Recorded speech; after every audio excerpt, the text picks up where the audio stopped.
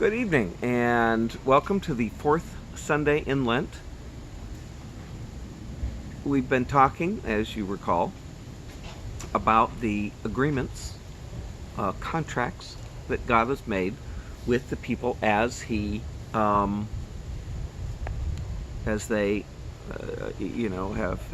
interacted with God in the various ways. Noah and Abraham and Moses, and now Moses and the people, again, more the people, but via Moses from there.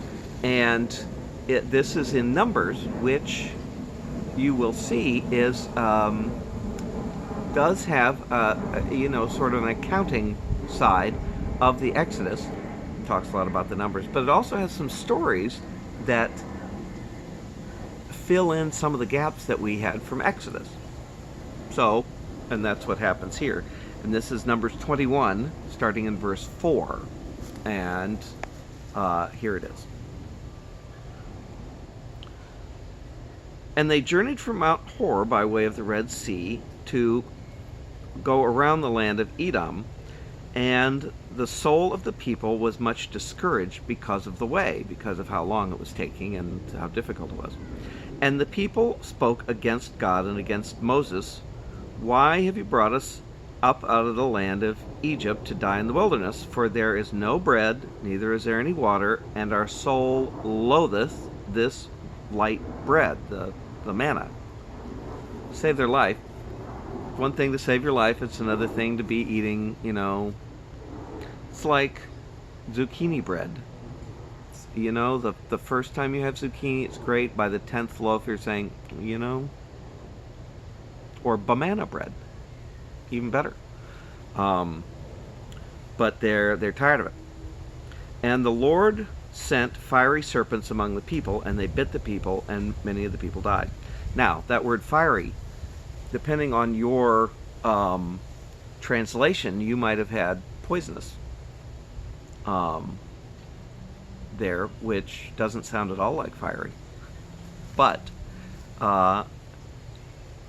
the problem is that the word is here that they're translating is the word seraphim, the same word we use for the angels, because they were what? They were the burning ones, the fiery ones. They were hard to look at. So those were the seraphim because they were fiery. And im means, plural in Hebrew.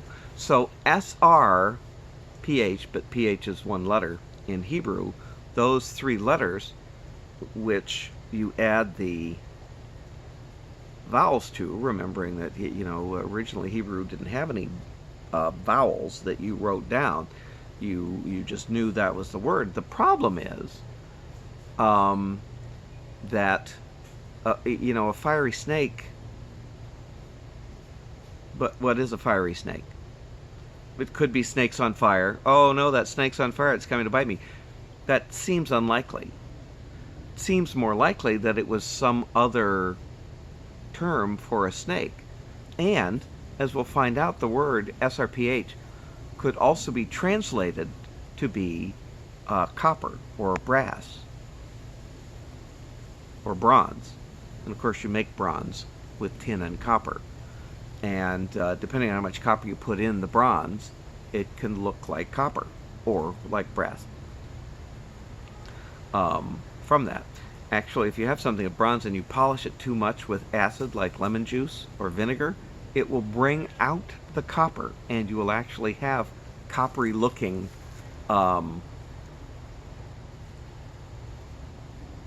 bronze.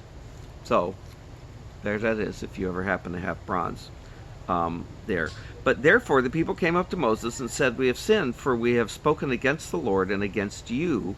Pray to the Lord that he will take away the serpents from us. And Moses prayed for the people. And the Lord said to Moses, make a fiery serpent and set it up on a pole. And it shall come to pass that everyone that is bitten, when he looks at it, will live. And Moses made a serpent of brass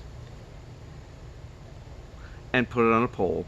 And it came to pass that if serpent bit any man, he beheld the serpent of brass, and he lived. So, You had the word, the fiery serpents, or they could be the copper-colored serpents. Some people just said, poisonous because they were obviously poisonous. They bit you and you died. But that's not really a translation of seraph, or SRPH. But copper serpents doesn't sound bad, although here, of course, we do have, cottonmouth. So, there is that. Or copperheads.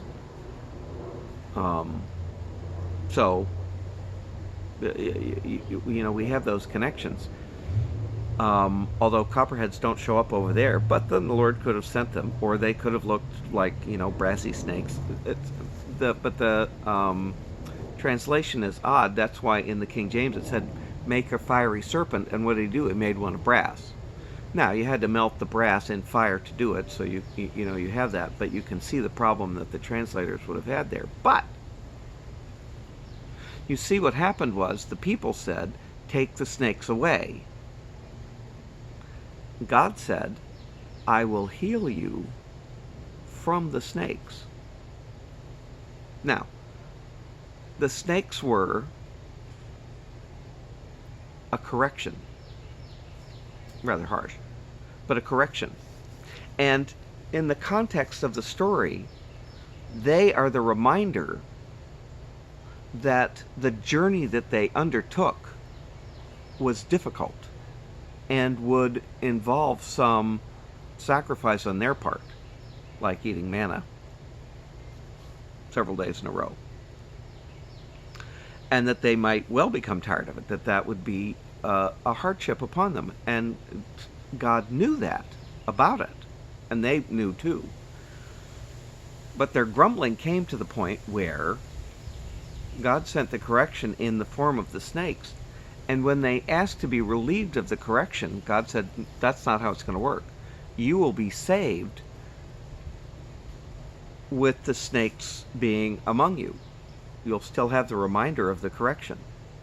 But you look at the brass snake there, which, next time you're behind an ambulance, many ambulances have a sign of a stick with a snake wrapped around it, and now you know why they have that. That was the sign of healing. That's why the snake on the stick, because that in the Bible, that's how the healing came about. You actually looked at the snake that God had directed Moses to make, and you received healing. So that you weren't saved from the problem, you were saved in the midst of the problem. Very reminiscent of Noah's Ark, because what happened? Noah wasn't saved from the flood. He had to live in the flood. He was saved from the effects of the flood. He was saved in the midst of the flood. So that God's saving us is much the same sense that we recognize ourselves as being members of God's kingdom. We're members right now. You and I are members of God's kingdom.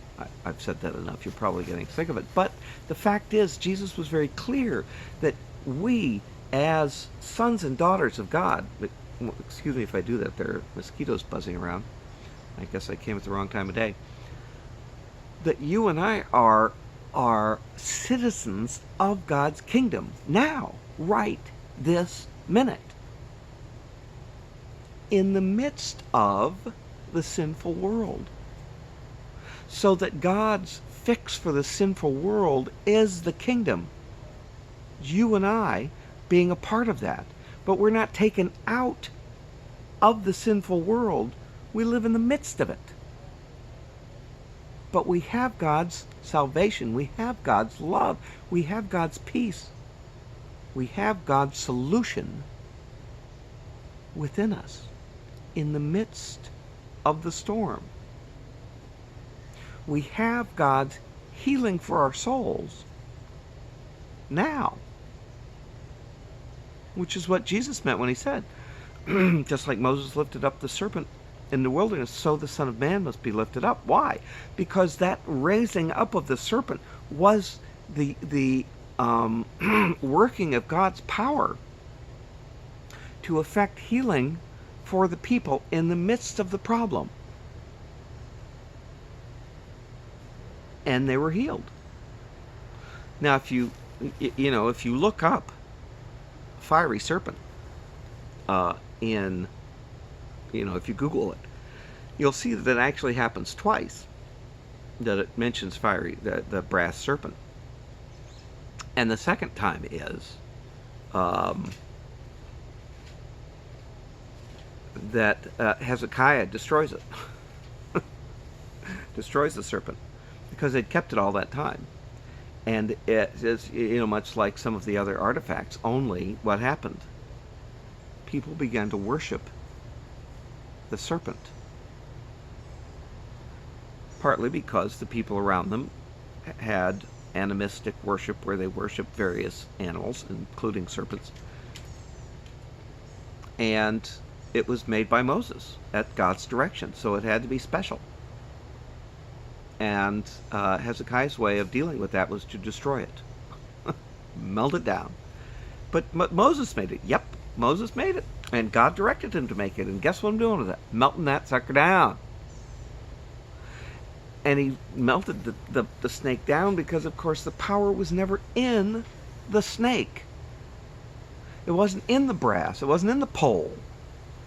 It was in God's power to deal with the people in the context of him bringing them out of Egypt and helping to save them from the problem that they themselves created. So that, when it hangs around then, and that itself becomes an object of worship, the thing that in prior generations had been a sign of God's work now becomes an object of idolatry. So that they actually took the thing that God had saved them with and now turned it into something that drew them away from God. Because the relationship God had with them through the snake, through the healing, was just that. The healing in looking at the snake was in recognizing that your relationship was with God. And in the context of that relationship, you had salvation. But once once the thing that you looked at to recognize that was how God was communicating with you in that moment, once that becomes the object of your veneration, now it's an idol, which seems tricky.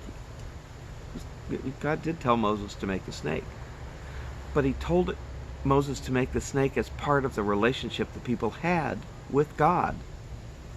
So right then, the contract God was making with them was, look at the snake and you'll be healed. You get bit? Ow. Oh, look, I'm okay. Because God is with me. Because my trust is in the Almighty, not in a piece of brass. My trust is in the Almighty, not in a loaf of Merita bread. My trust is in the Almighty, and that's the one I'm going to have a relationship with. And I won't be drawn off into worshiping some brass snake. I'm not going to do that. Which meant that in the context that the Israelites were in later on, everyone else is worshiping, fish and cows. And so what's wrong with worshiping a snake? Because it's an idol. Because anytime your gaze is drawn away from the living God,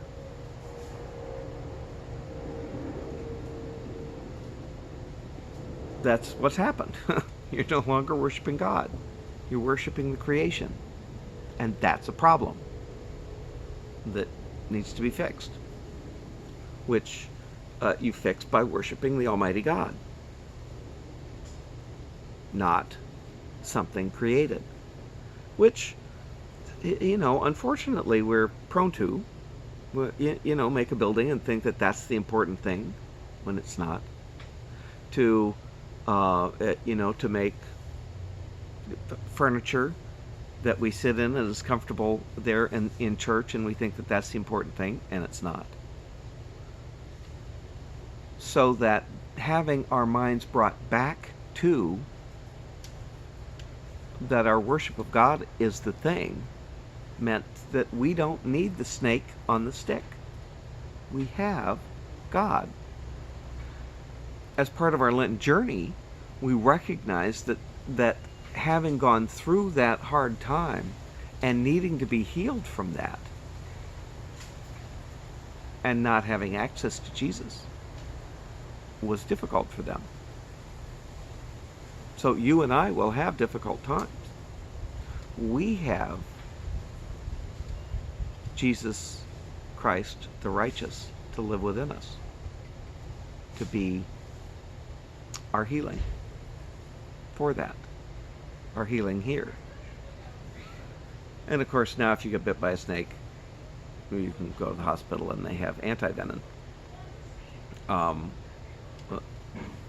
Which, ironically, they get by catching snakes. When I was a kid, some of you might have known Fleet Peoples that lived right there. Unfortunately, there were some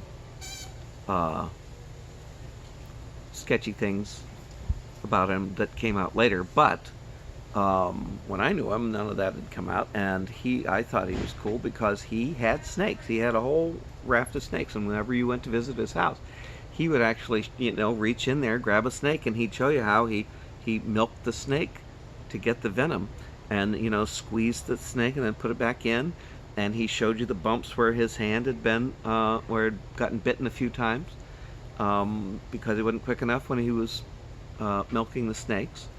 And he was also the one that had his finger bitten off by an alligator, and he got it back from the alligator and had it embalmed and kept it on a jar in his living room as a sort of a decorator touch, which I guarantee every scout that went in there thought that was the coolest thing, that he could take his finger and use it as a back scratcher and hand it around, and you could see his finger was missing, and there it was. But I digress. The fact is that now we use the actual venom from the snake to make a cure for the snake bite. So you can sort of see the connection there. Whereas then with the brass snake that he was looking at, that the people were looking at, God provided the way out of their problem through the problem. Just like you and I are citizens of the kingdom here in a fallen world, through it. And you and I symbolically hold up that brass snake as well when we witness, when we live our witness, and we help others to know that Jesus is within them, can save them. Well, that's pretty cool. So there it is. Remember that next time you're behind an ambulance, that,